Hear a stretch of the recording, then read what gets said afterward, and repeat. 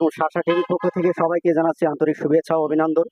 তো আমি আজকে যেটা দেখাবো আপনাদেরকে সেটা হচ্ছে একজন ভদ্র মহিলা, আসলে বয়স্ক মহিলা, উনি মানসিক প্রতিবন্ধী হতে পারে।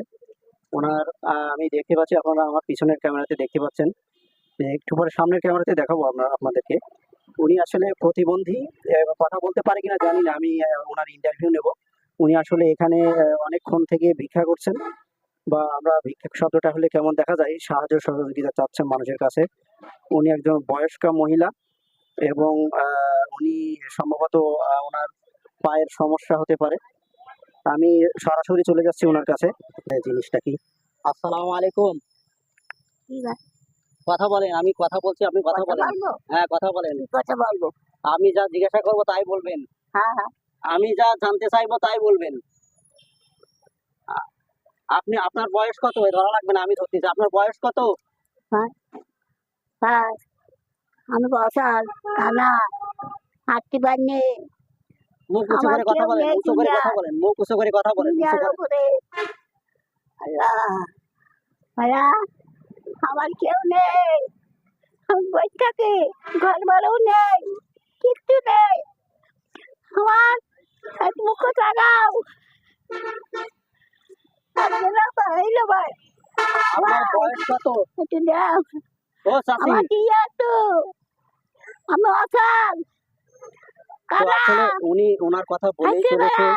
উনি আসলে যেটা বলতে চাচ্ছে যে উনি আসলে অসুস্থ, অচল, এবং আপনারা দেখতে পাচ্ছেন ফুটেজে যে আসলে উনি অনেক বয়স ওনার। আমি খুব অচল, আমি হাঁটতে পারি না, কানা খোলা। এই যে আপনারা দেখতে পাচ্ছেন যে আসলে উনি বলতেছে যে উনি আসলে হাঁটতে পারে না। আপনার পা কি দুটোটা সমস্যা? আপনার পা কি দুটোটা অচল? হ্যাঁ, মোটে হাঁটতে পারেন না? আপনি বলেন। হাঁটতে পারেন না? ভাইয়া ভাইয়া, কানা খোলা, বসে থাকি ব্যাংকের সামনে। আমি তো আসলে আপনারা দেখতে পাচ্ছেন যে উনি আসলে, আমি যেটা জিজ্ঞাসা করছি সেটা হচ্ছে ওনার মানসিক কিছু সমস্যা আছে। আমাদের মতো আসলে স্বাভাবিক না। উনি যদিও প্রতিবন্ধী, ওনার পায়ের সমস্যা, দুই পায়ের সমস্যা আপনারা দেখতে পাচ্ছেন ফুটেজে। উনি এই গাছের নিচে, আসলে এই মার্কেটের নিচেই, আমার দুনিয়ার পরে কেউ নেই। সামনে এই গাছের নিচে উনি আসলে ভিক্ষা বিক্রি করে জীবনযাপন করছেন। এইভাবেই হয়তো কারোর দয়াতে লাগলে ওনাকে সাহায্য সহযোগিতা করতে। আপনার বাসা কোন জায়গায়? আমি থাকি ওই গিলিপুর। গিলেপলে থাকেন, তাই না? গিলিপুর লোকের বাড়ি। আচ্ছা, আপনার ঘর বাড়ি নাই? না, কেউ নেই আমার। আচ্ছা, আপনার সন্তান নেই? কেউ নেই, দুনিয়ায় আহা বলার কেউ নাই, তাই না? কেউ নাই দুনিয়ায়? আমার দুনিয়ার পরে কেউ নেই ভাই। আল্লাহ, মরে ফিরে আইছি ভাই আমি। আমার লোক টাকাই ভাই, ওই মানছি যা চাই তাই খাই। তাই কি বলেছিলাম, মানছি বাঁচাইলো। মাথা উঁচু কথা বলে উনি অস্বাভাবিক, যার কারণে আরেকজন সহযোগিতা করছে। আপনি কিছু বলেন ভাই এনার সম্পর্কে। আমি গরিব মানুষ, থাকে তোমার হইলো স্বর্গের জায়গায় থাকে। একদম ছেলেপিলি কেউ নেই। এক মেয়ে আছে, তাই না? মেয়েটা কি বিয়ে দিয়েছে? হ্যাঁ, মেয়ের বিয়ে দিয়েছে, একটা ছেলে একটা মেয়ে।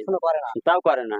আচ্ছা আচ্ছা আচ্ছা, আপনার এই ইনারে ভাত, ইনারে কর্ম লোক দিয়ে ভাত রান্না করায়, তাই না?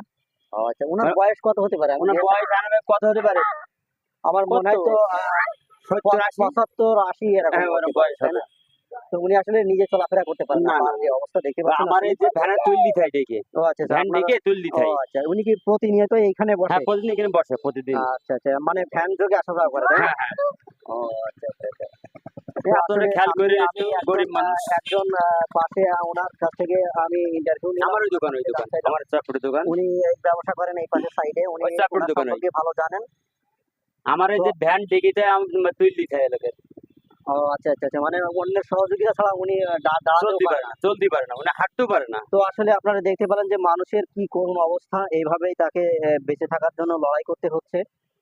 তো আমি আসলে ভিডিওটি করার উদ্দেশ্য হচ্ছে সমাজে যারা বিত্তশালী লোক, যারা মোটামুটি সাহায্য সহযোগিতা করতে পারেন, আপনারা আসলে চেষ্টা করবেন যে এরকম মানুষ খুঁজে খুঁজে সাহায্য সহযোগিতা করার জন্য।